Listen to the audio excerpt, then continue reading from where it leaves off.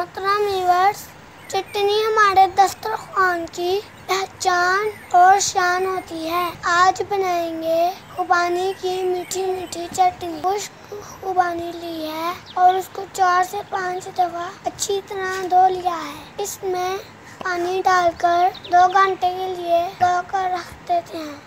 पानी इतना डालना है कि वो पूरा भिगो हो जाए।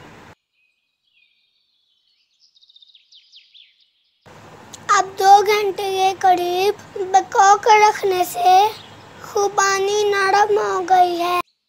अब इसमें हमारी मिर्च, कुटी हुई लाल मिर्च, नमक और चीनी शामिल करेंगे।